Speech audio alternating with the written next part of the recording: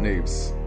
And Dave went off to Prague for some pretty intense RP. We're just running off the back, by the way, of having recorded our E1 Empire stuff. We got too many LARPs. We've got too many LARPs. You're a busy man. We've got too many LARPs, and now's the time. I flew back on Tuesday. Yeah. And I need to talk about it. Yeah. I need to hear about it. And we're here. So, holy shit. Like, okay. You had set yourself, I think, listeners, for like a context, Dave has this really awesome quality, but it's both one of those kind of awesome and slightly scary qualities of he's the kind of man who really likes to push himself at certain times. Like he's kind of, there's points where he likes to test himself and he enjoys himself in the test.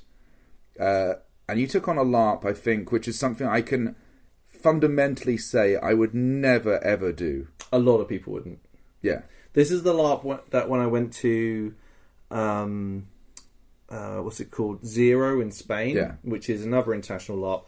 When, by the way, the term international LARP and Nordic LARP are kind of interchangeable in the scene. They generally refer to very hardcore ways of playing the game. So conflict is a massive part of the game, much harder than anything I'm used to. The subject matter for this LARP is extremely hardcore, historical. There's a lot of stuff. So we should give massive caveats. Yeah, this is like, if you find certain subject matters difficult, this episode isn't for you. Yeah. And that's a very broad statement, but necessarily broad. And I would agree. Like anything, I'm now going to go through some of the themes. Yeah.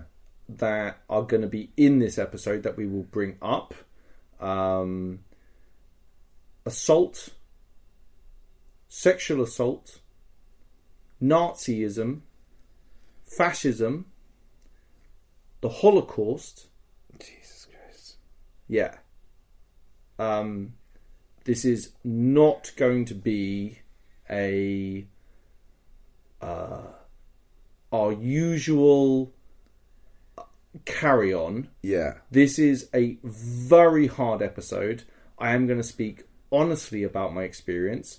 There is going to be so this, unlike a lot of the LARPs we go to, so for example Empire or a lot of the iLARP games, which are continuous experiences, right? So once we talk about something, the episode that is over and the storyline moves on.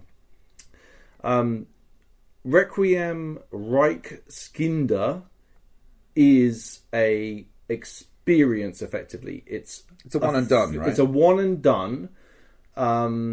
People did go back and play different characters. There's lots of different perspectives you can have on the game, but there needs to be a certain responsibility on my part not to give too much of the storyline away. I was actually under the impression that this has only happened. This was the first time. This has happened multiple times. No. So, okay, let's go back now. Whoever is still listening, okay, and believe me, this is going to be. There's going to be a lot, and I want to make sure that we talk about this in the right way. And me and Ian will hopefully talk at some point about ethics of LARP, what's appropriate for LARP, how to play those themes safely. This is it's so hardcore, but I want to try and explain some of the culture behind the game, how it's interacted with. One thing I really want to explain is that so I picked this LARP because I literally wanted to test myself. Yeah. I found this on the international Facebook page. Yeah.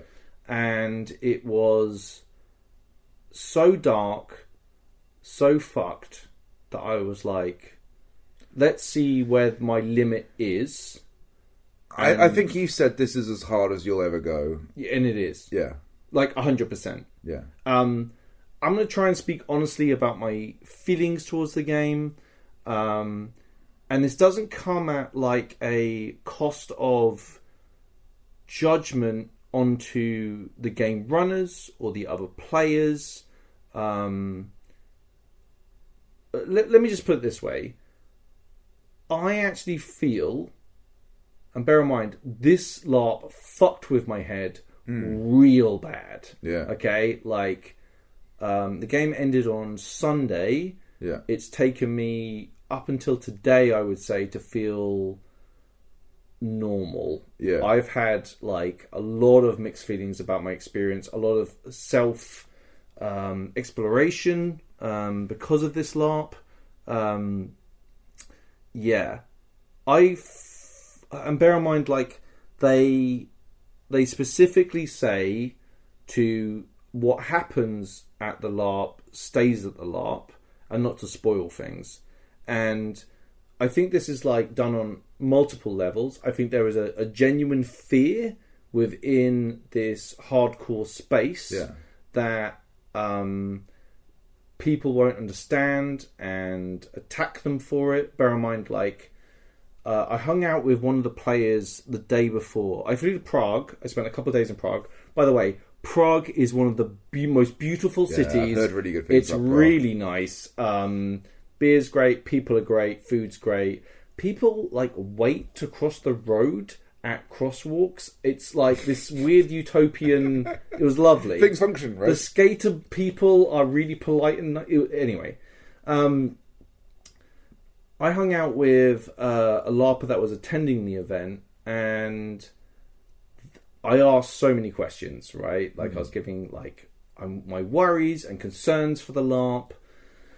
And when we got to the LARP, they literally thought that I might be a reporter for some trashy tabloid in the UK. Interesting. Yes. And to be like, oh, I actually don't know how to defend that. Like, how do I say I don't work for the Daily Mail or the Sun or some other shitty trash mag that's going to do a hit piece on them? Did you speak to them about like this, like the podcast and stuff? Yeah, but I don't usually like to like brag or because you end up just sounding like a fucking twat, right? Like when you're like, oh, I make a fucking podcast. I mentioned it in passing, but like you don't want to be like, oh, by the way, if you want to know who I am, then like fucking listen to fucking 20 fucking hours of the podcast to know that we're legit actually interested in the hobby and what it is to LARP and all of that stuff. So I also got the feeling that I did message the game runners during the before the game. I did mention that I do a podcast and I wanted to do an interview. Yeah. They said they were going to maybe ask. I felt a little bit of static off one of the game runners. I don't know whether that's me. Maybe the guy just didn't like me. I got that vibe that there was a little bit of mistrust there. So, bear in mind, I'm going into this with like, I genuinely, one, don't want to spoil the game. Yeah. Two, I don't want anyone involved to be attacked, including myself or Ian, for recording this episode. What I really want to do, my intentions are to try and explain what Nordic LARPs are like, what Czech LARPs, which have a reputation for being quite hard, and maybe like some of my feelings towards how the game was and how I felt afterwards. Like, this is really complicated stuff. I'm not an expert on anything. But I'm going to try and let you know how I feel about it, and maybe we can you can get something out of it. I hope that maybe you'll listen to this and you'll either know that you do want to play this game or you don't want to play this game. Yeah. That doesn't mean that the third option should be, we need to stop this game from ever happening, or judgment on anybody involved. I think it's a deeply interesting philosophical conversation to have about what is LARP, what is appropriate LARP, and what the benefits of dealing with certain subject matters can have, and how emotive they are. Okay. Yeah. Okay. So, like, I guess this is like last caveat warning. Yeah. Like, I'm going to avoid spoilers. I'm going to tell Ian some of the stuff.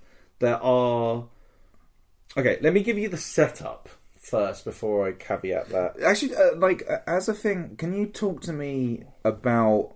Because I know you are this way, right? Where you do pursue these things to challenge yourself. Mm-hmm. Are you happy to talk more about that and that driver inside you? And we're going to get into all of it. Yeah? Like, but I think as a starting point, like, what drew you to it, and in what way did that touch on those points of yourself that want to explore that? I think it's interesting the character I played and the things I learned. Did you get to choose your character? Because you told me who your character was, and maybe that's necessary to say. Let's do the setup. Okay, So what is Requiem Reichskinder International? I'm probably butchering that fucking pronunciation. It is a Czech LARP. It takes the location is just north of Prague. It's in a ex-military hospital. This site has a lot of history. Okay. I think it was used for POWs at one point after the First World War. It's a very large, old hospital building. It's in like a state of disrepair. The setting of the LARP itself is post World War II, when the Germans occupied the Sudetenland. Right. Yeah, history lesson first. When the Germans occupy the Sudetenland under the pretense of there are Germans living there and they are Germans and therefore this land is Germany, which is pretty relevant to the world we live in today. The German population was indoctrinated into Nazi ideology. Yeah.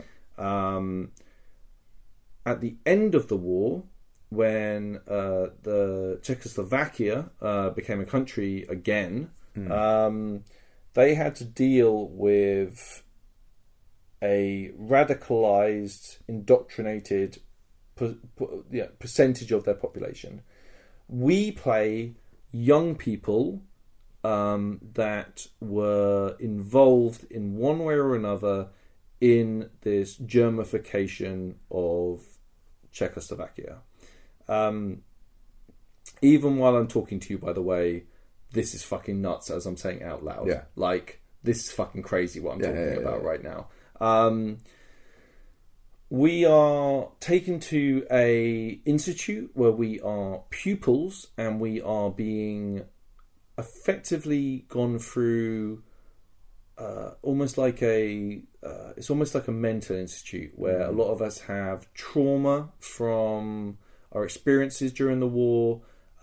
Many of us hold party ideology, which is very harmful. Some of us are confused about our roles and guilt and all those things, okay? So there used to be like POW camps, obviously, here in the UK, and they had colour codings, and there was like a white camps, grey camps, and black camps, and they were like white camps were like for Germans who they thought could be like, you know, were benign in that sense. Grey was kind of like for people who obviously needed to be questioned, and black was like SS members and stuff like that, right? Yeah. Is it that kind of like vibe? Or so there are lots of different what we call in the game trauma groups.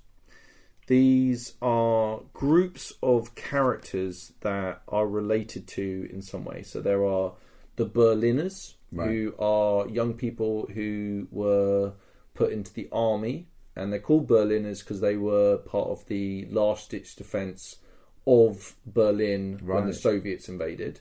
There's the is it the Lebensstraum? The birthing, where they got young Aryan men, young Aryan women, the breeding programs. There are characters that have that involved. One of the characters was literally pregnant. So this is all fucking dude. Like, we're gonna go down deep, dark down. I kind of want to talk to Ian about this because it's gonna help me process a lot of this. There is the Warnsdorf, which I was a part of, which is a group of young Germans. Some of them are Czech German, some of them are Czechs who identify as German, but they were kind of involved in the kind of civilian gang aspects of this stuff. Like, I'm struggling already to talk about this, by the way. So, but I was part of the Warnsdorf group. I played a character called Michael Richter. Again, this is pretty hardcore subject matter, so we're going to get through it. I'm going to try not to give too many spoilers. I'm going to give slight, brief, minor spoilers for the character of Michael Richter. I played Michael in a certain way. I understand that different runs of this game have vastly different outcomes depending on how people choose to play their characters. Right. I'm going to try and stick to the player-led stuff rather than talking about some of the plot stuff that the game provides. Right? So, who is Michael Richter? Michael Richter is from a rich background. He's of German descent. He is kind of self-righteous. He considers himself to be a bit of an intellectual. He reads things like Nietzsche, Mein Kampf, all these philosophers, and you get the impression that he's a bit of an odd one out because he's probably starting to see that maybe what his beliefs were before and how they are now are starting to divert. That's how I like to approach the character. Maybe not necessarily. Did you? Because you got a choice of characters. Yeah. So how was that done? Was it like a draft that you got sent certain? There is a document that is literally like, here are all the different characters. Here are the rules. Like, nothing about what I'm saying now is not immediately obvious when you read the document that is. They have the different groups. They have a brief synopsis on each of the characters. And your one literally was, you are the odd one out, basically. So you get to pick 3 characters in order. The top one, second, and third choice. Yeah. Michael was my third choice. Your third choice? Yes. Yeah. Interesting. Mainly because I was worried that Michael was too similar to me. Right? And we talked about this in the previous episode when we talked about Empire, that separation between your character and you is important. Michael had a lot of traits that are very similar to me, and that's maybe why it hit me as hard as it did. I don't know, maybe you can use your own judgment on that. About 10 days a week before the event started, I was sent a document that is...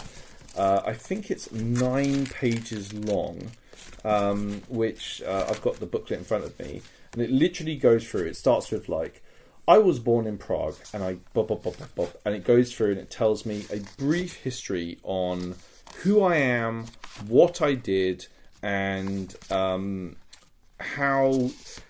What's nice about this text is it leaves a lot of who Michael is up to the player. So it describes events rather than necessarily thoughts. There are some thoughts in here. Sure. Michael seems to, when you read the text, not be very good at taking responsibility for his actions. Like, at no point is he like, I did this. Yeah. Terrible things happened. Yeah. I am responsible. Yeah, It's all like a teenage boy offsetting all of that onto someone. It was always someone else's fault. That X or Y happened. Okay. He takes criticism very badly. This is definitely something that I have as a person. So I don't know whether anyone takes criticism well, but me and Michael definitely had like similar vibes on that aspect. Yeah. So I read through the character. Yeah. And bear in mind, like, I booked this 6 months ago. Yeah. And then I'm in Prague. Yeah. I'm gonna travel up there. I don't know anyone that's there. I'm shitting my pants. Yeah. I mean, I think it's important to say this really is like you could tell, like, I mean, you're someone who really does challenge yourself quite a bit, and you were nervous about it, like Extremely really nervous, right? Yeah, I mean, like, you've done some things in your life as well, which are pretty, like, you know, like, I mean, like adventurous kind of life you've led, really. I'm talking like, you know, all the stuff you did on the cruise ship and, like, you know, just like traveling around the world. You've done a lot of things and you've kind of given a lot of things a go. You're quite kind of like to someone who's fairly staid like me. You know, you're willing to give things a shot, but it was interesting to see how nervous you were about this going in. I think like there was a lot of okay, and there's the fear of the unknown as well, right? So let's get into some rules, because I can't really have this conversation without talking about some of the rules. These rules are, again, very fucking hardcore on paper. Physical assault is part of the game, right? And what does that mean? Okay, let's explain. So all of this sounds really scary until we did the workshops. We had 6 hours of workshops. Okay? They were incredibly detailed, incredibly informative, and very much made sure that everyone understands safety is paramount. So, let's go through some like safety stuff. So there were... How do you... they had a red light, yellow light, green light system for how intense roleplay is. At any point you can be like red light and basically be like, I want this to stop. Yeah. If you can't speak, you hold an X above your head, like with your arms, and walk out of the scene. No. There's no judgment for that. They had a system where you could get a referee to come and meet you in a special area, and they would basically give you kind of help. The physical assault side of things was basically, think of it kind of like wrestling. Yeah. No blows thrown towards the head. When I throw a punch towards your stomach, I am 6 inches away from you, and you play act receiving the hit. Right. Okay? Yeah. So there's no physical thing like that. When I want to throw you around, I grab you by your lapels and I gently guide you. Okay? There's no... I'm not forcing you. You're the one, as the player being assaulted, that leads that action. So if you grab hold of my lapels, I fling myself around and I choose my own level of involvement. There's a thing where if you grab hold of someone's ear, they grab hold of your hand, and they are literally the ones driving all the action. So they might be like, and pull themselves down, but my hand is almost flaccid on the next to their head, right? That makes sense.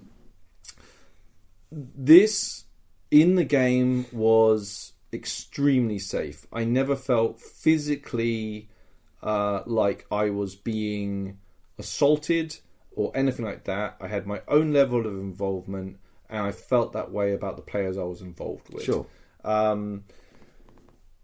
Let's get to the really nasty stuff of sexual assault. So there are rules for sexual assault, which are like, frankly, I find the idea of rape and sexual assault, frankly, disgusting. Yeah. Right? Like, I'm physically disgusted by that idea. In the game, the rules work that you hold on to their sleeves, and they are supposed to be submissive in that moment. Now, bear in mind, if you, as the victim of that, at any point feel uncomfortable, you literally pull your hands away and walk away, right? And then it stops immediately. So I think this is one thing that's going to be really hard for the majority of people that are listening to this, is to understand how many safety mechanisms we have in this, and how opt-in the players that play the game are. The majority of players were female. Like, there's more female characters than male characters. Safety was, despite what I'm saying now, was at an absolute priority. From game runners to players, everyone, safety was the biggest thing.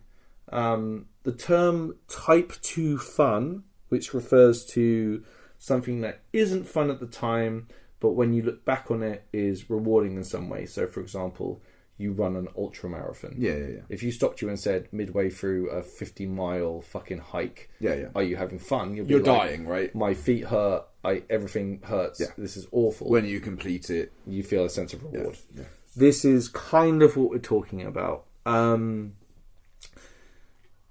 The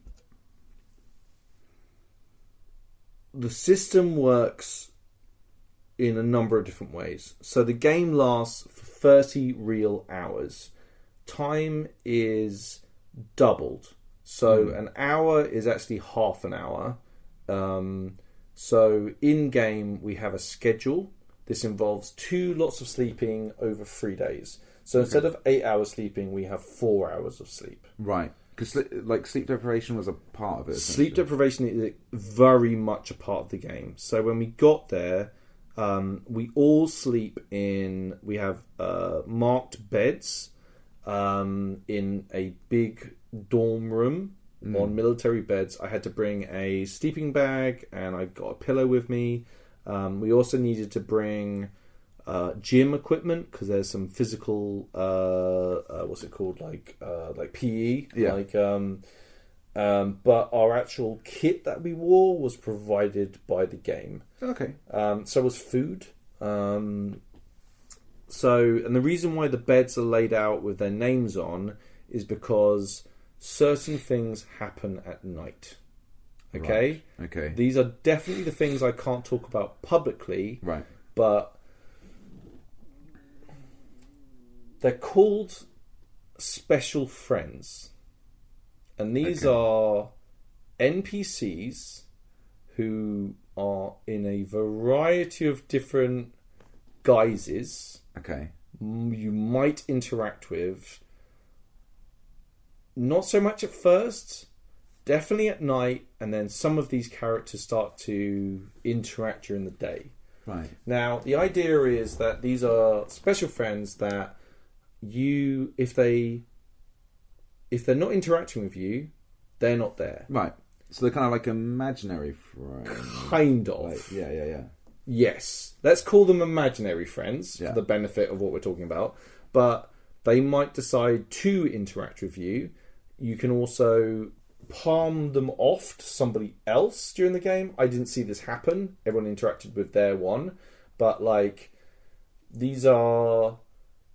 this is, probably the greatest thing about the game is the NPCs, and some of the interactions I had with those were fucking amazing. Yeah.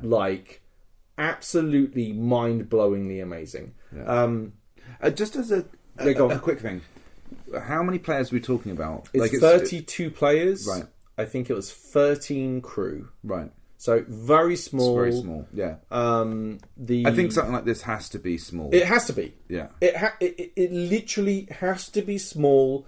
Everyone has to be accountable. Yeah. Safety has to be an absolute premium. There needs to be pressure valves in every single way. Every single player needs to feel that they can opt out whenever the fuck they want, because you cannot do stuff like this on a large scale. It has to be bespoke, personal, safe. Yeah.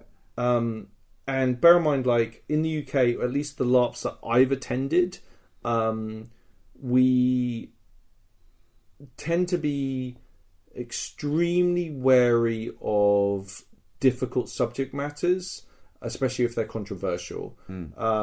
Like, I'm literally worried about people's reaction to this episode. Yeah. Like, genuinely. Yeah. But like I said, I feel like it's worth talking about.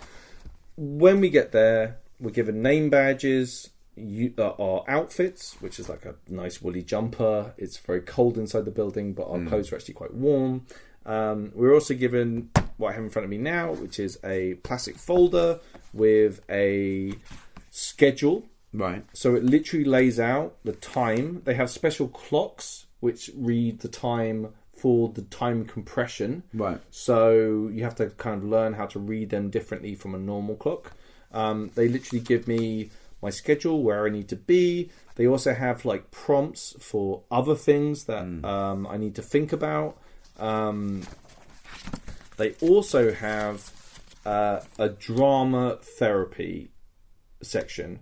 Drama therapy is a major component to the game where it tells... So in my group, the Varnadorf group, we have a collective trauma together. It talks about what happened. So the start of this annotation literally describes how it intros. And then we go through a group of scenes which outline things that have happened or potentially happened, with cues in there. While we do those drama scenes together as a trauma group led by a nurse or a member of staff, we can change and decide differently what happened in those scenes, and those will have, like, you're rewriting the past effectively. Right. And what your decisions are in there will be change how things are now. I found this a little bit drama clubby at times. It's a really interesting mechanic. My group only changed twice when we were doing it. Other groups changed regularly and changed the dynamic within their group. When I was, I did a bunch of drama therapy for like depression and sort of going through a bunch of that. And there was some stuff like this where you sort of set scenes up, and you play out roles in the scenes, and you basically run through parts, but everybody can adjust the scene as you're going through. Is that kind of the vibe where it's... Yes. Yeah. So it's like, it's quite like you kind of have to do it a bunch of times, but when it's understanding basically like leaders and it's kind of like when you're doing like RP in a tabletop game, but obviously kind of stuff I was doing. You're obviously working through traumas and stuff like that, and you're basically playing out when someone basically has what we would call in tabletop RPGs the spotlight, and when people are like acting in that scene. Is that the kind of basically the gist of the vibe that we're talking about? Yeah, it's communal. Like, I had my little group of characters that I interacted with. I had my own personal beefs with some of them. Some of them were close friends of mine. We played out the scenes. I feel like this is one part of the game that potentially I didn't engage in enough, or understand enough, or take enough risks in. Yeah. Despite the repetition of it. I mean, I'm just going to speak on my experience. This is one thing I can kind of talk on, I suppose. There was a point when I was kind of doing this kind of stuff where you kind of understanding agency and my ability to express what you have done as part of a scene in which we inhibit is important and something that kind of takes time to develop. And say if we were doing, again, I'm going to use tabletop RPGs because it's more likely that people have done that kind of stuff.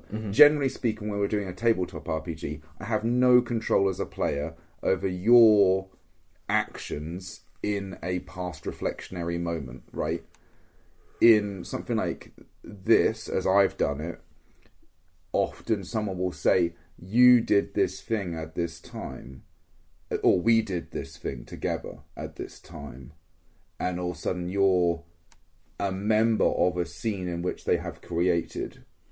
And that is a thing where it takes time to process how you choose to interact with that, because obviously when you're taking agency away from somebody and saying that you were involved in this moment of trauma with me, you're bringing them there, and sometimes they may be a family member, right? Sometimes they may be a complicit. Sometimes they may, like, and you start getting stages where, like, if you make someone a victim, right, and and stuff like that, and it's like how that kind of stuff is guided. Obviously, this was all when I did stuff like this was all through literally therapy sessions, and this was all that the drama therapy I did was very like experimental kind of stuff, but I think stuff like that is quite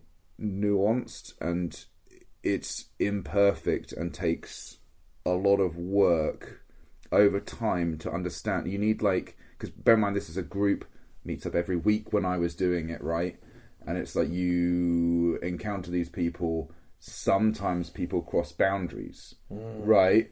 If someone suddenly puts you in a scene and gives you a thing, the way it was done when I did it was because this was actually part of like a research project. There's actually the people were doing like their thesis was on this, and we opted into this as people doing it.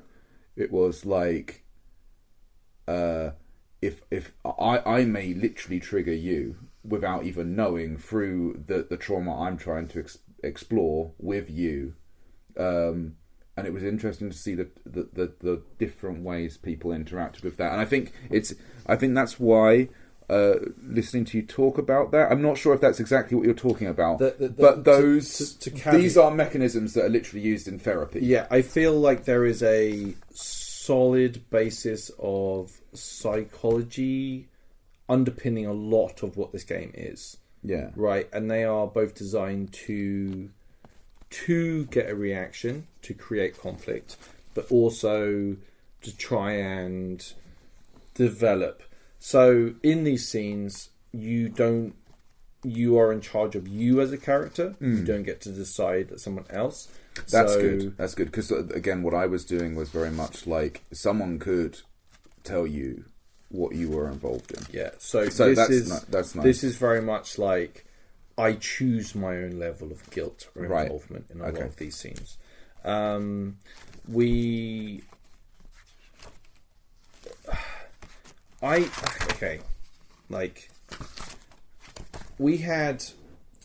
So there are conflicts built into my backstory with certain players. There was one player who I had conflict kind of built in. We had I had a couple of different groups that I was part of. Like I had my main gang group and I had another group that I was involved with from my past. Sure. I had kind of beef in my own group-ish, and my group that I was part of in the past, there was a couple of people that I had unresolved business with. Right. One of the players, a really wonderful German guy, touched base with me before and was like, hey, I'm not really into physical conflict. And we had a really good pre-game fucking chat, and it really helped touching base with that person and really seeing them as like a person before we got into it. Let's kind of get into the event. Again, I'm not going to be too specific on things. I'm going to talk a lot about feelings, some events, but not all of it. So start the event, we all go to bed. Right. We're all lying in bed, Okay. and we get woken up about, it must have been like half an hour later. Bear in mind, we stayed there the night before. I was already tired before the event started. Right. And this is after a lot of workshops, a lot of safety stuff. We're then presented with, so there are pupils, and there are staff, and there are therapists. Right. Okay? The staff are literally almost like, One Flew Over the Cuckoo's Nest. Yeah. Like, this is, I kept thinking about One Flew Over the Cuckoo's Nest, and a lot of the kind of, a lot of that stuff, that kind of like that vibe of institutionalized mental health that isn't actually very good, but is a system. And we're in that system. They woke us up. We all stood by our beds. We were taught the Freedom Song, which is a Czech. I think it's like a national anthem type thing. Sure. But we had to sing this every day when we woke up. And how long? How long did the event run for? And so how many So times? the event was 30 hours. Right. In game, it's spread over 3 days. Okay. So we woke up in the morning, first day. We had 2 nights, and then the last day, the third day, was like the culmination of the event. Right. The kind of idea that we are trying to be de-radicalized was part of the game, but not necessarily. A lot of the staff had their own storylines. The therapists had their own storylines. We, as pupils, had our own storylines. So all of these different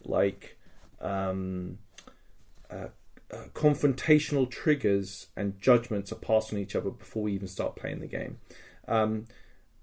Like brutal stuff. Like they literally go through each of the pupils and say, how is Michael getting on? Well, Michael has these issues, and they say it publicly to the entire group. Right. And you hear this for each of the different characters. And it's like, already like, this is rough. Imagine like you, and they're like, oh, Ian has these issues. Dave has confidence issues or whatever, right, in front of everyone. But these are talking like pretty hardcore issues. We get up. We have a washroom area where we brush our teeth and do all that stuff. Then we go for breakfast. Food is all provided for us. My character was put immediately in conflict with the head nurse for reasons I can't explain. Okay. And I, at the start of the game, was like, I'm going hard. So I would be like, I would say snide comments to some of the characters that I'm not friends with. I would be like part of my group. I was quite loud and chatty. This, I think, in this sort of system is very dangerous in hindsight. If you put your head above the parapet, you're making yourself a target, okay? Right. We went through the day where we had to, like, at one stage we were asked to draw, like, to paint pictures. So I decided that I'm going to paint a picture of one of the nurses, who's like the young nurse. There's loads of calibration for this, so we knew how old people were, our political beliefs, all that sort of stuff. And this nurse was like nice, so I was like, I'm going to draw a picture of my favourite nurse, and I painted this picture or whatever, while like having little conversations with people, trying to let them know what I'm planning, all this stuff. And I had a lot of like secret conversations. We had therapy sessions where we literally go to the therapist area. We have to wait. Then we get invited in and have a therapy session with a player who's our therapist. I feel like I missed like touching base with my character and the therapist we never really had a rapport, and my backstory, which is kind of developed. So a lot of the themes of this is where your backstory says one thing, and then as you play the game, new things are revealed, which tell you more about what happened. By the time that some of those reveals happened for my character, it was already like, we're way past me. Like, my storyline was a little bit like, I don't think Michael is that concerned about what happened then because of everything that's happening now, right? Like now, like in this fucking environment, which is very bad.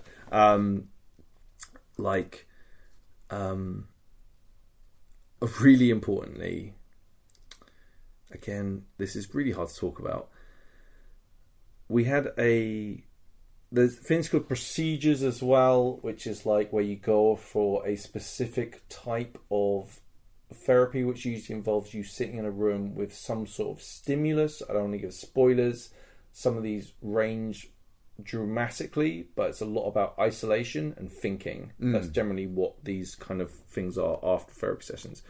We then had a film screening. The film screening was at the end of World War II. American film people attached to the army recorded footage of the Holocaust, of concentration camps. They're quite famous footage. I've seen them before. It didn't make them any more easy to watch in this environment. And I knew that those films had a dramatic effect on the German population because it showed what such a toxic and hateful fucking ideology that the Nazis had affected, what the outcomes for that really actually look like, right? The dehumanization, murder of millions of people. I took this on as, I think this is time where Michael, who already has probably some doubts about what Nazism was and German nationalism was, and start to be like, actually, maybe that was wrong. So this is already my character starting to develop into this idea that I'm going to start to reject some of those ideas and probably Is it supposed to be the first time that you've seen this footage? Yeah. Like I see. Yeah.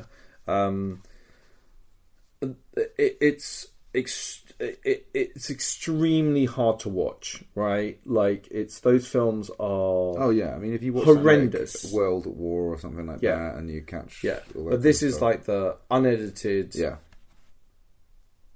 awful scenes. Okay, like, so I decided that my character would start to react to this and probably start to question. Like, also Peter had an idea that he's quite righteous. Like, if he thinks something's right, then he's verbose in it. Like I am as a person.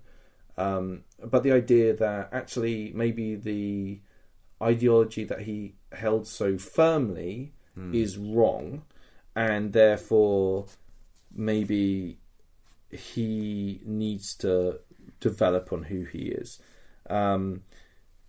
We had physical activity, which is literally PE, where we had to run around and do sports. And then we had personal hygiene and then bed. We also had one of the gang had heard about where we could maybe find some schnapps. Okay. And there are 2 locations where you can go. One of them is the basement. Okay. It's 3 floors down, and it's a fucking dark basement. Okay? Like, it's some scary shit down there, okay? Like, it's properly scary basement shit. Right. The other part is the ruined wing. I am now going to tell Ian a little bit about what me and the gang saw when we went to the ruined wing. Okay.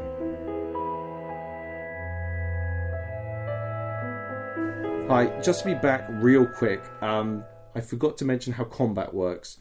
If we're both unarmed, we can role play and we both basically cancel each other out.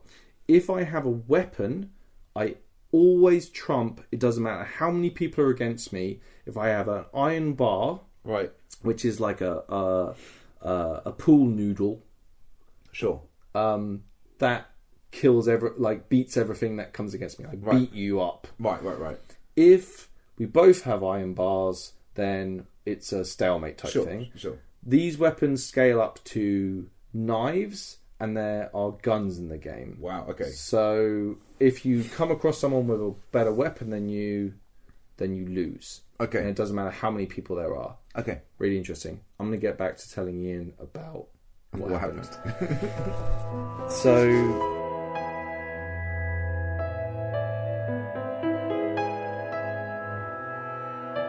So that was the kind of first encounter. Did you keep the sword? No. No. He took it off me. He took it off you? Which is fair. Fair. Yeah. Did anybody keep any of the weapons they found? No. Oh, okay. At this stage, it wasn't too bad. I got into a little bit of shit where I was being quite mean to one of the guys because I had beef with him, and he had a girlfriend, and the girlfriend didn't take kindly to this, and then I was like, hey, chill out, and I passed her in the corridor and I touched her arm. I went, hey, and she said, don't fucking touch me, and then she got a couple of guys to beat me up. Right. And this is my first beating I took. Was like, they were like, the guy grabbed my collars and I like moved with him. Right. He kind of put me back and then like beat me with I think it was a metal pole at that stage. He beat me up and that was like, but it's really safe, right? Right. And it was like, oh man, like I took a kicking, and she was like, because she had gone around and told people that I had touched her inappropriately. Interesting. Which is like really dark. Yeah. And also like you don't want to have that fucking label. Right? Like, but like, yeah. So I already had made some fucking enemies at that stage. Right. We then, like later on in the evening, we had physical therapy, and then we did personal hygiene, brush your teeth, time to go to bed. Oh, I forgot one thing. I received a phone call. So they have a phone, which is like one of those old military phones where you have like a direct line to somewhere else. Okay. So I get the phone, you have to push the fucking handle in to speak. And it was a phone call from my mum. Okay. So I pick up the phone, and dude, like the NPC player who played my mum, she also played another NPC character, was so good. Right. Like, I don't know whether you were ever away when you were a kid. Like, you're at camp, you're somewhere else. Like, I got bullied pretty hard when I was at school and younger. And you're like, hi, Mum. She's like, hey, I'm worried about you. I'm like, how's things? And it's just like, well, I'm having a bit of a hard time. And she's like, oh, I'm so scared. I'm so worried about you. And you're like, you can't tell your mum. Right. So I was like, Mum, Mother, I'm fine. It's going to be okay. Sure. Right? Yeah. And to hear this sweet voice who's really concerned about me on the other end of this phone call was like part of the heartbreak of what it was to be my character. Right. Like, it was so weirdly affecting me personally to have these interactions.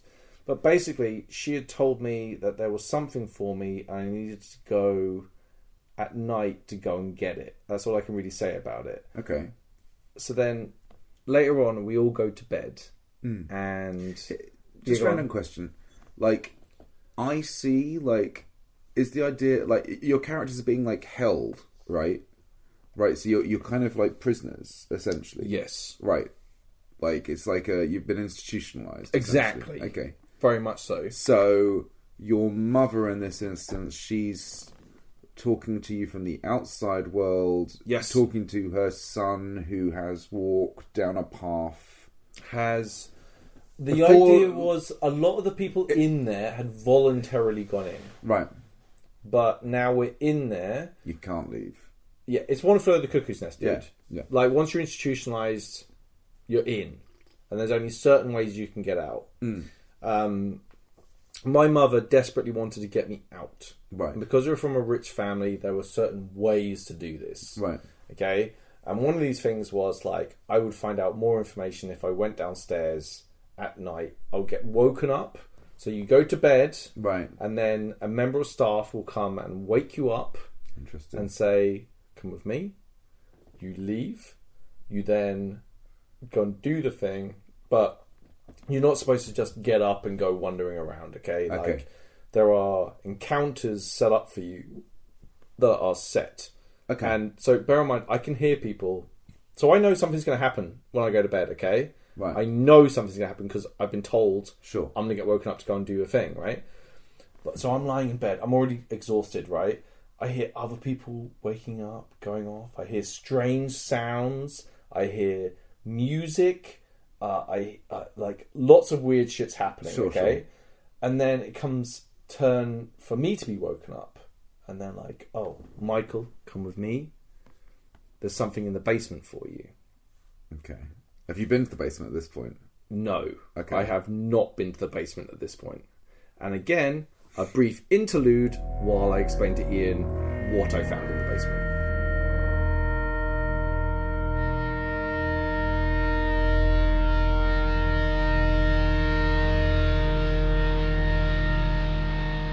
So, I have a very fucking eventful night. Yes. We can agree, Safe right? to say, yeah, a lot of stuff happened to you. Yes, during the night time. Yeah.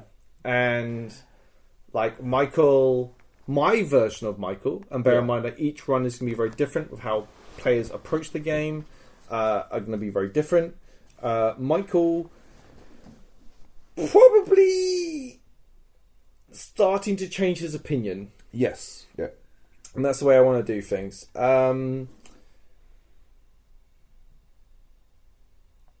There's a whole other sub-story I actually can't talk about. Right. That I am trying to gather information from other people in the place, okay? So part of my thing here is I see a way to save one of my friends by trying to gain information, and I can broker that information to save one of my friends. Okay. Bear in mind, I forgot to mention, I've already been assaulted with an iron bar by one of the nurses who doesn't like me. Right. Okay. Okay. At this stage, I'm 100% the most attacked person in the institute, okay? I've been assaulted more times than anyone else. I have been beaten up a bunch of times at this point. Is there just like... So after you've been attacked... Yeah. Like, is there like a medical procedure or anything like that? Like, do you carry any kind of injuries or anything no, like that? it tends to be... It's just purely RP? It tends to be like RP. You go down... Combat is very quick. You're supposed to go down very quick. Right. If you're outnumbered or they have a weapon, you go like it's supposed to be brief. Yeah. And supposed to kind of affect on an RP level how you interact with the world. So for me, I had medical staff put bandages around me because I had my ribs beaten up. Wow.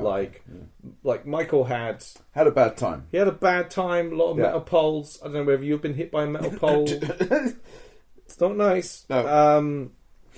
We had psychological games, physical exercise, manual activities, all this stuff, more therapy. At this point in the therapy, bear in mind, I've been assaulted by staff, I've been assaulted by pupils, and I've started to have crazy fucking visions, okay? Right.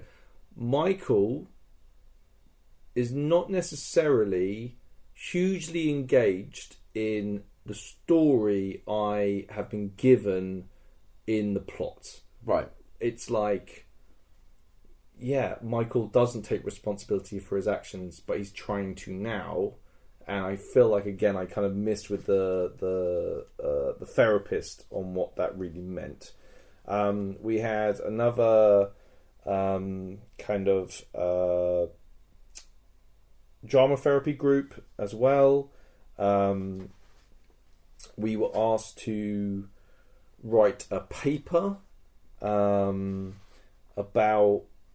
So I got asked to write a paper on the first day, Germany and war crimes.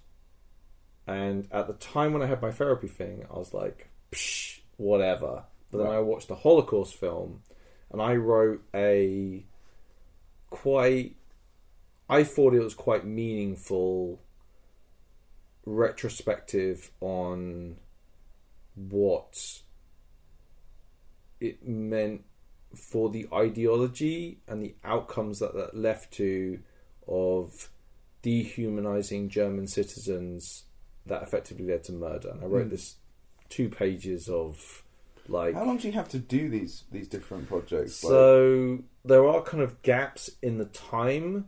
I had to kind of double up during the psychological experiments and try and write this as a kid. And bear in mind, I'm dyslexic, so it's like hard for me to write this stuff down anyway, so I really have to concentrate.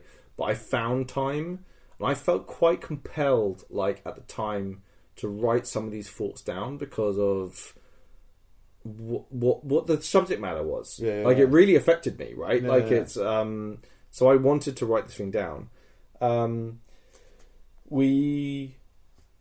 I then developed a bit of a crush on my nurse, right? And there are like rules for like romantic interactions, but they're all based on consent. So we all had a thing where we before that part of the workshops where we talked about what we're comfortable with, whether that's violence, sex. They were the 2 kind of like big barometers. Yeah. So one of them would be like, are you comfortable holding hands or shouting at someone? Is level 1. Right. Level 2 would be I can't remember what the violence was, but it was like giving someone a kiss on the cheek. And you would say, Ian, I really like you. Would you mind if I gave you a kiss on the cheek? Right. You as a player would then not. Yeah.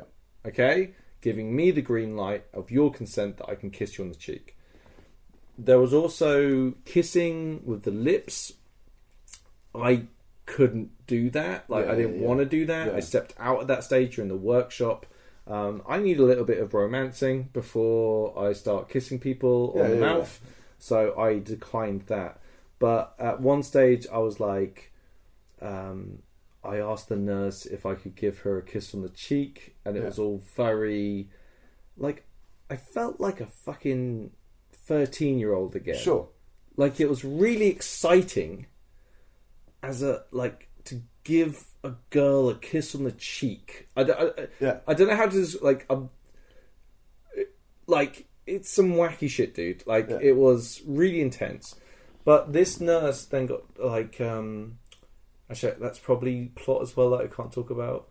Anyway, on the second day, there is a dance in the evening. And the dance has dance instructors. And we have to learn how to do, these dances. And we have this very strange meal, okay? It's some wacky shit. Okay. But then they ask me and one other person to read our essays out in front of everyone. Wow. Bear in mind, there are still legit, straight up fucking Nazi fascist cunts a part of this group, okay? Right. And I read out an essay on why the Holocaust was bad and why Nazis are bad. And people are like, what the fuck, Michael? I thought you were one of us. So... During the game, I successfully went from being an asshole to everyone. Yeah. Then I tried to do the right thing, and I successfully pissed off all the nasty characters, and then effectively landed myself being incredibly isolated because I had pissed everyone off through the transition. Right. And I thought it was interesting when we were talking about during Empire how we both love narrative. Yeah. We both love character arcs. We both love progression of characters. You react to stimulus, and you if the stimulus is right, then you react to that. And in my mind, being shown a film of the Holocaust and having visions of that we spoke about earlier probably might have quite a big effect on Michael's psyche. Yeah. So I was trying to start to do things. So I tried to do a couple of good things. Like I tried to use the leverage of the information I had to try and save one of my friends. The pregnant girl, I tried to tell her that my mum will be able to look after her. I come from a wealthy family. My dad's very ill and on the way out, but if you have this baby, you can go and live with my mum while I'm institutionalized. You can still go live with my mum and be happy and have a wealthy thing. My mum will have someone to look after and a new baby in the house. Really, like... Yeah. Nice, yeah. And, like, I might be stuck in this institute, forever, right? My mum also came to visit me on the second day. And it was so heartbreaking. And the lady that played my mum, it was like, because we're fucking animals at this point, okay? The institution is fucking awful. Right. It's dirty, people are fucking violent, I've got bandages around me, and she comes in this and she's like, oh my god, Michael, like, this is awful, we need to get you out of here. And she's trying to convince me to do the deal I told you about earlier. Right. And I'm like, no. Yeah. Whatever you do, don't do that. Yeah. What I want you to do is go and get a good doctor to help the fucking pregnant lady and look after her when she gives birth and give her a place to stay and live. The money I need to use for a different, like, all this stuff, right? Yeah. And it was so heartbreaking because she was like, wanted just the best for me. Yeah. And wanted to pay my way. And Michael was trying to do the right thing by taking responsibility for his actions. Yeah. Or you had a question, Ian? No, I guess... I don't know how much you can really speak to this, but, like, the awareness of what is real and what is not real.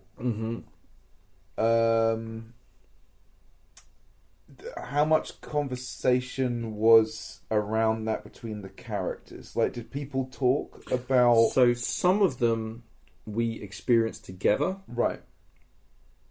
Some of them we experienced by ourselves. Sure. But did people...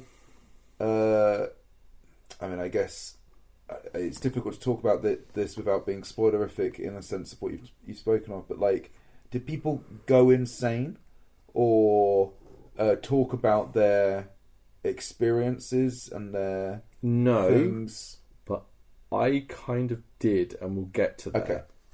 So, that night... Yeah.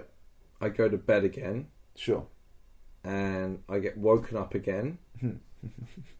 And I head downstairs.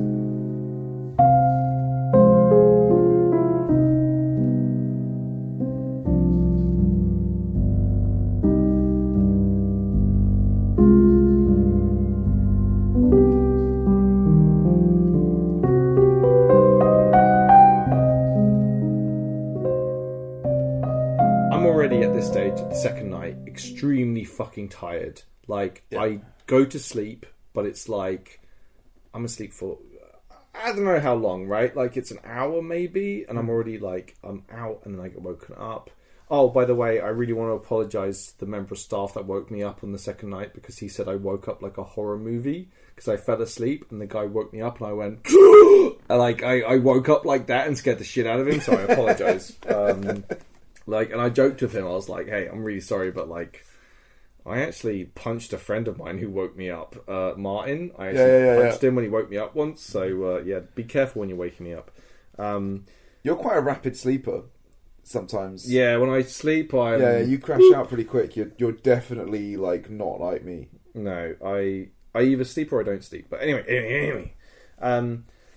So I wake up in the morning with this item. Right. Okay, I won't describe what the item is, but I received an item during the night. Right.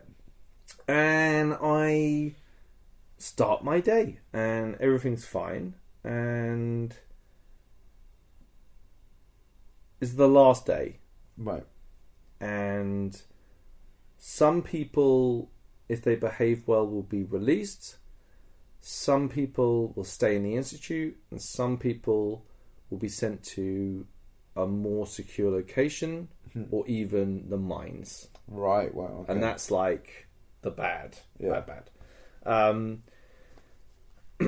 One of my friends says, Michael, I want to show you something. I'm like, sure, show me. And started walking me along, and I was like, oh, it's downstairs in the basement. I immediately, OC Dave was like, this is a fucking trap. Like, I knew it was a fucking trap, okay? Yeah. Like, and I looked back, and I saw some people, like, hang around the corridor, and they were looking, and it was like, oh, they're clicking at him. But, like, Michael was like, okay, fine, yeah, I'll go with you. I headed down to the basement, and when I got to the basement, a bunch of characters showed up. Some of them were friends of mine. Some of them I had helped protect. Some of them were enemies. But, like, it was an et tu brute situation. Right. And I turned around and went, alright, who's first? And they grabbed me. Yeah. And again, this is kind of spoilerish, so I'm going to put some music in now. They carved the symbol for Nazi, which is a pig, on my forehead. Wow. Yeah. Yeah. So I'm in the basement, heavily blood lost. Yeah. I'm like in pain. I've been marked permanently with something very bad. Yeah. One of my friends comes down and is like, hey, Michael, let me help you. And I'm like, oh. And bear in mind, this guy turned on me. Right. So he gets me upstairs, and I'm like, get the fuck away from me type thing. And I collapse. And then the medical staff all come over, and they like try and help me, and they drag me into this room, and I'm like passing out because I've got like heavy blood loss. I'm RPing the blood loss, and they're like, oh, let's give him, like, basically they have like meth, right, which is like speed or whatever. Yeah. And they make me snort a giant line of methamphetamine. Right. Okay. So I'm like, so Michael is seeing things. His memory's all over the place. He just got assaulted by his friends and permanently injured.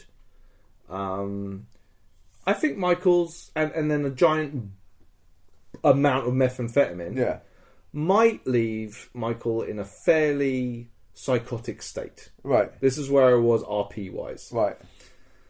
So then Michael, me, went around and decided to attack the attackers. Right. So I was saying stuff like, you should have killed me, and I was like beating them up, and I found a bunch of weapons, and like people had been searched so they didn't have any weapons on them, and I was just searching for weapons and then going attacking people, and like psycho shit. Like I would just see a guy and they'd be like, easy Michael, and I would just be like, pull out an iron bar and just start beating them up, and then like when the nurses arrive they'll say drop it, and I'll just drop it and then keep my hands above my head like a proper prison movie, you know. And I got taken away. There's stuff I can't talk about that's really interesting, but like Michael was kind of tricked into not doing something to help someone else because he was high on meth or whatever. Right.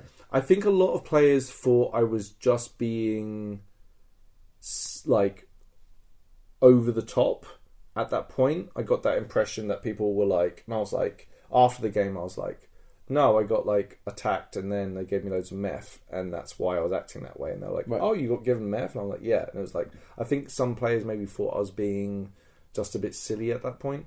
But anyway, let's get to the end of this because it's been harrowing. I've missed out on an awful lot of stuff, but like, it's fine.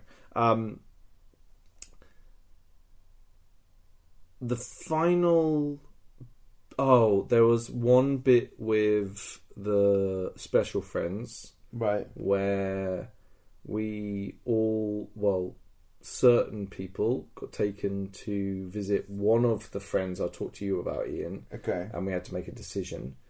That decision went 50-50. Some of it was good. I did the good thing. Another character did a bad thing. Right. And that was pretty bad. And then we get taken into the room where it's like we have to watch a theatre play, but we are then told which characters are going to be taken to the fucking gulag or whatever. Right. Out of the 30 whatever people, like whatever it is, 30, 20 something players, Michael is decided as one that's going to be sent to the mines. Right, okay.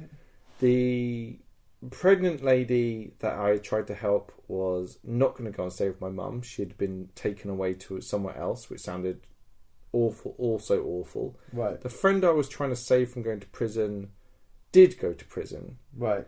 And it was the mega, you know, like in Wayne's World, where they're like the super mega sad ending. Yeah. That was Michael's ending to this event. Right, okay. Everything Michael had tried to do went wrong. Right. Literally everything. Yeah. It was the darkest timeline. Michael was going to the gulag. He was... Everything went wrong. Right. And then the event came to a close. I don't really want to talk about the close too much, but there was a nice kind of... Not nice. It was really depressing kind of end about like what happened to the characters. It's really depressing. And then the game ended. Now, there was no after-game workshops. Oh, I thought there was supposed to be. There was supposed to be, but it went straight into, let's have a beer, and that's the end of the game. Right. I was emotionally fucked. Right. Like, I was almost catatonic. I didn't want to speak to anyone. So I went for a walk.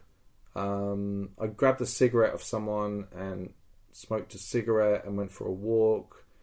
I walked around this lovely little town in Czechia. I got back. I had a beer. I made it easier. I talked to a couple of people, but like, I was really fucked, dude. Yeah. Like, I was really in a massively introverted state, pretty traumatized by everything that had happened to my character. I hadn't separated my character from me. A lot of the experiences that I had were like mucho grande bleed. Yeah. I was fucked. Do you think looking at the cast of characters, are there like... Is there like some... Like, is there like a realm of character you think you would have rather inhabited that would have made this easier for you, or do you think that what you had was was an inevitable and necessary process? So, if I'm being cynical, I would say I think it would have been easier for Michael to double down on his initial character. Right. If I had stayed a coward, not taking responsibility, and not standing up for what he thought was right, and playing the game, as in like playing the game with the therapist, sure, I wouldn't have ended up in the gulag. Yeah. I would have been able to get out of that place, or maybe, I don't know. Yeah. But if I had been less sympathetic, it would have hurt less. There were certain characters in there that had started as Nazi bastards, and continued to be Nazi bastards, and that was how it was. And there was no comeuppance for them, no like moral comeuppance for them not having moved on. Now, I think there's a couple of elements to this. I think our staff didn't enforce that enough. I think the game itself is a sandbox. Okay, like it's a very well crafted sandbox of understanding ideology, youth, influence, psychology. It's like, and it's the players that play out and develop the ending. Now, here's a question. Yeah. Do you think so? Is the ending the ultimate result of what occurred to Michael? Okay. Is that important? This is a great question, because it was to me. Yeah. For days. Yeah. Like, I was a grumpy boy. I was... Because I think we're often focused on outcomes of result when it comes to these... Because we're used to narratives, I think, where we see someone good strive... triumph over evil. All of that stuff. Like, even the heroic sacrifice or the retributive realization or the idea of the finding of oneself through hardship, these kind of things, and that there is some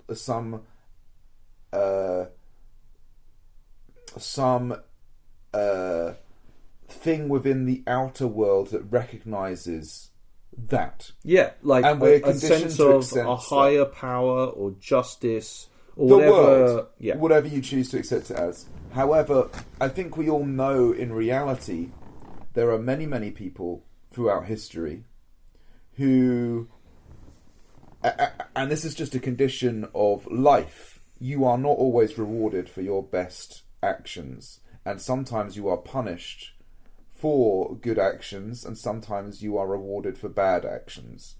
And but there's also, behind all of that, there is the truth of the moral reality.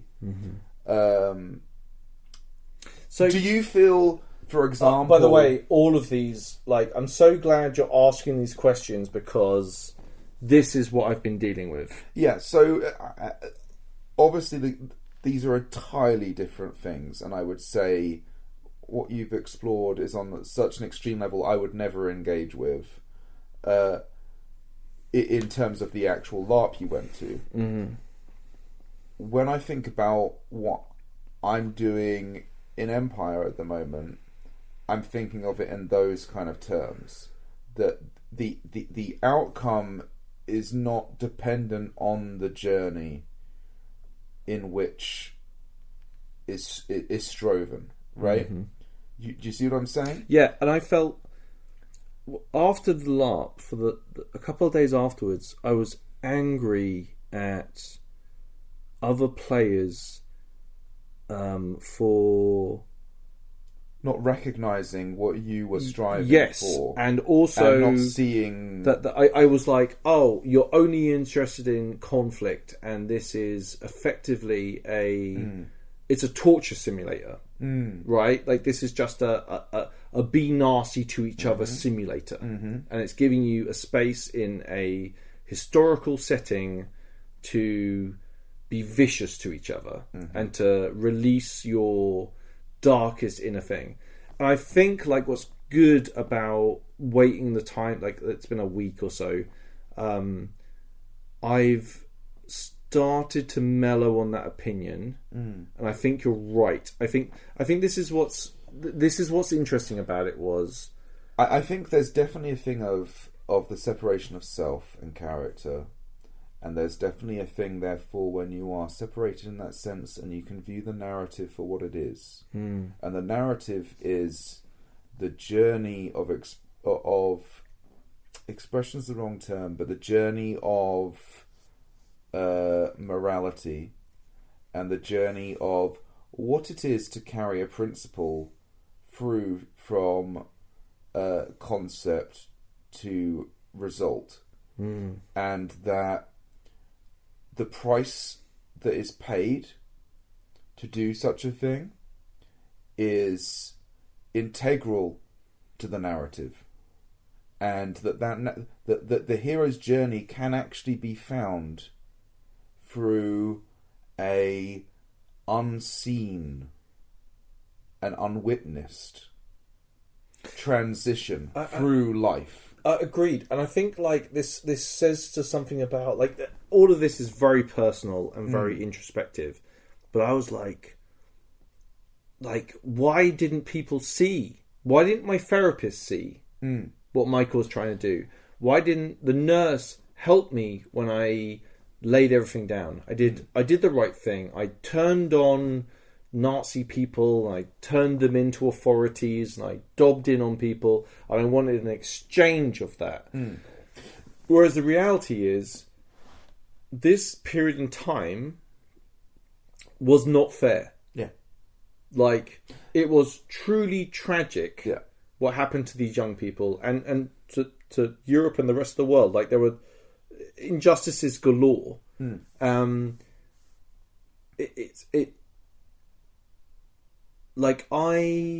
That night I went to bed.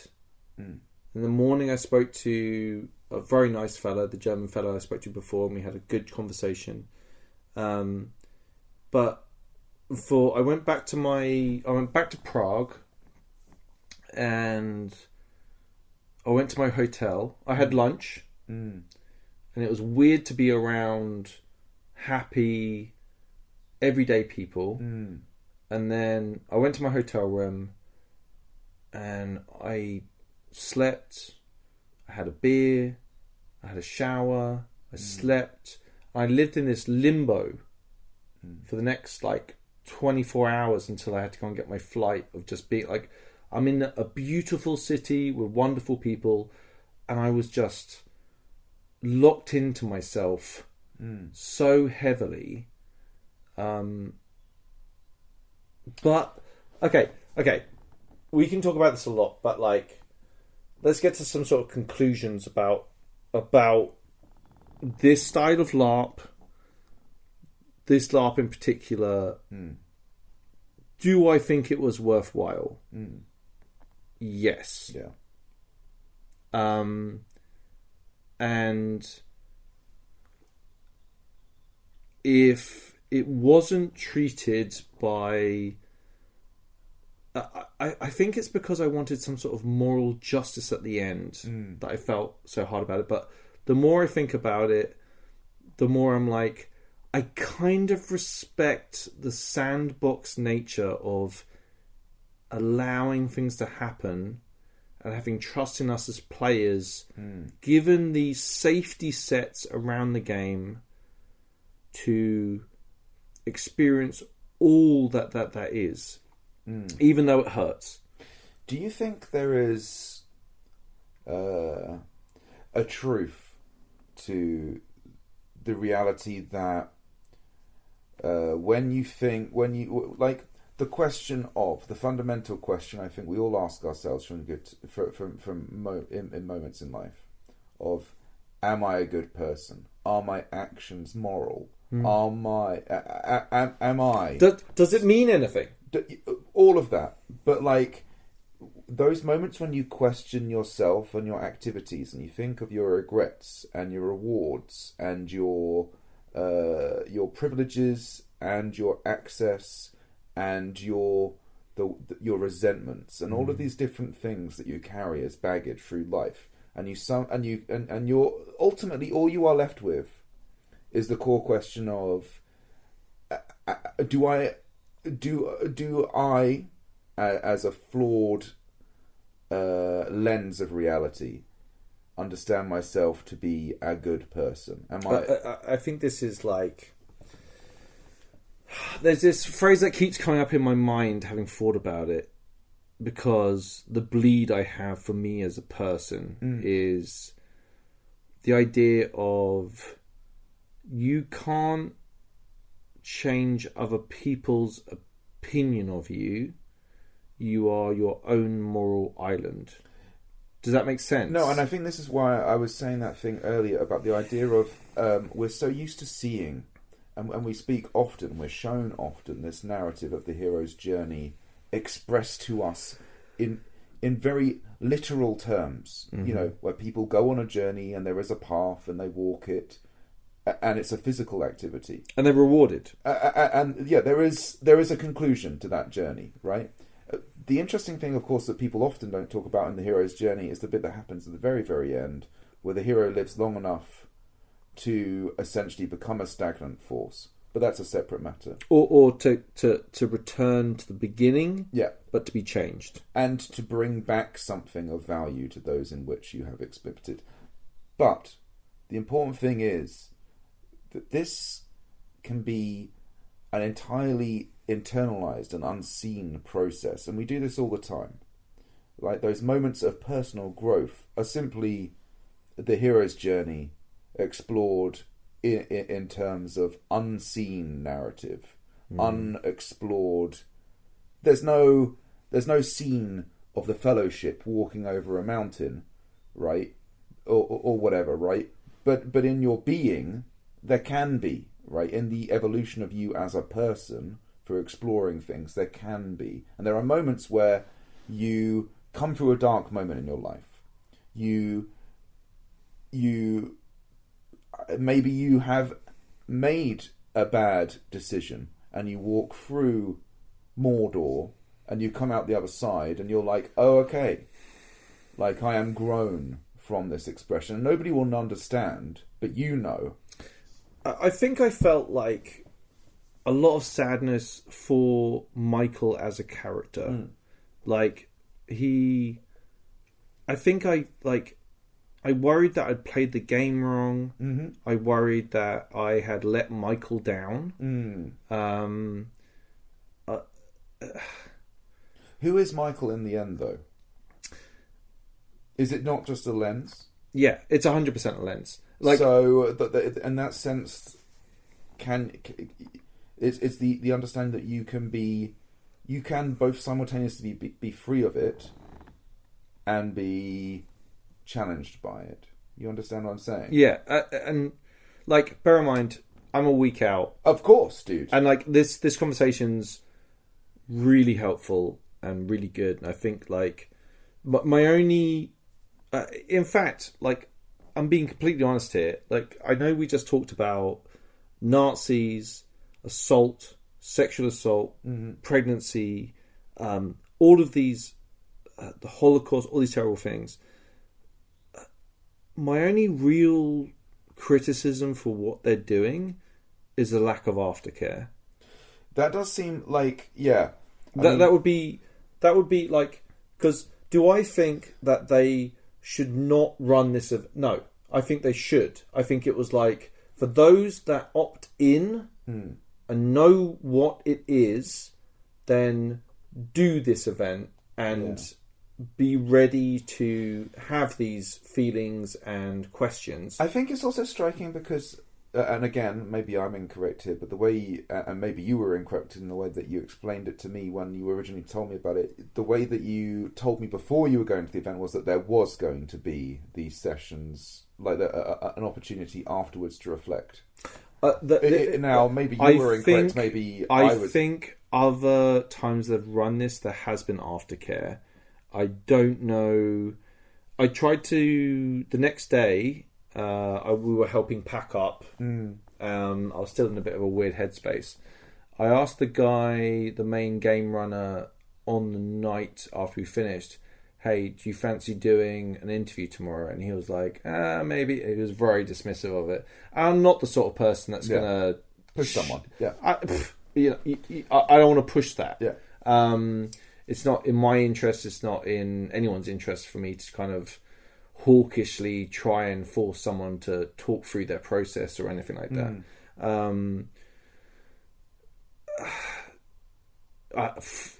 Yeah. I don't think, and I think with doing stuff like this, especially with the level of challenge you've taken on, and as unsatisfying as it may seem, there doesn't have to be some clear resolution to your thoughts at this moment, and I don't think you need to feel challenged to bring that to bear. And I think that's a necessary thing. I know we often end these kind of episodes on some kind of note of resolution and stuff like that, and if you have one, that's fine.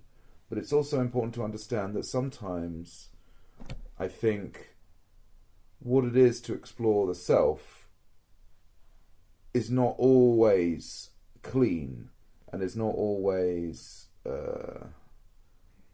something that is like pleasurable even. As you say, it's type 2 fun.